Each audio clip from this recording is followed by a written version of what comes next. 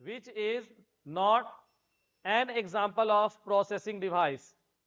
इनमें से कौन सा ऐसा डिवाइस है जिसे हम प्रोसेसिंग डिवाइस के नाम से नहीं जानते हैं?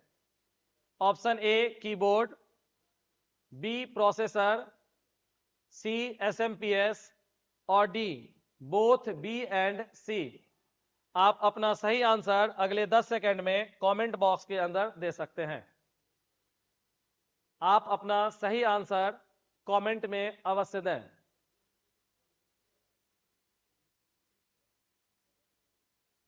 इसका सही आंसर है कीबोर्ड, क्योंकि कीबोर्ड से डेटा इनपुट करते हैं, जबकि प्रोसेसर और एसएमपीएस कंप्यूटर के अंदर प्रोसेसिंग डिवाइस के नाम से जाना जाता है। सही आंसर हमारा कीबोर्ड है। What is an example of RAM? RAM का सही उदाहरण क्या है? Option A S RAM, B D RAM, C F P RAM और डी ऑल ऑफ दिस।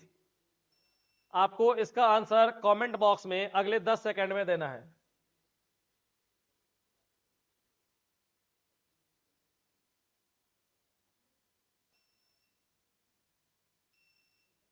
इसका सही आंसर है D,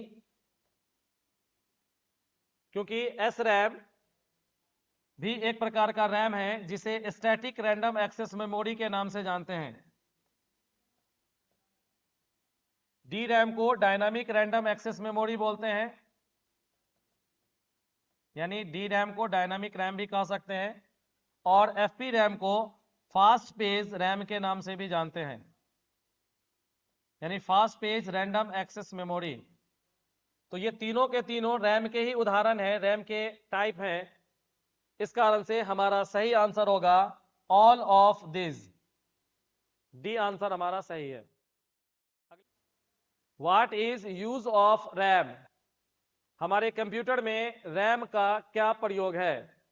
option A randomly access data, B provide display, C maintain speed और डी ऑल ऑफ दिस। सही answer देने के लिए आपको 10 सेकंड का टाइम दिया जाता है।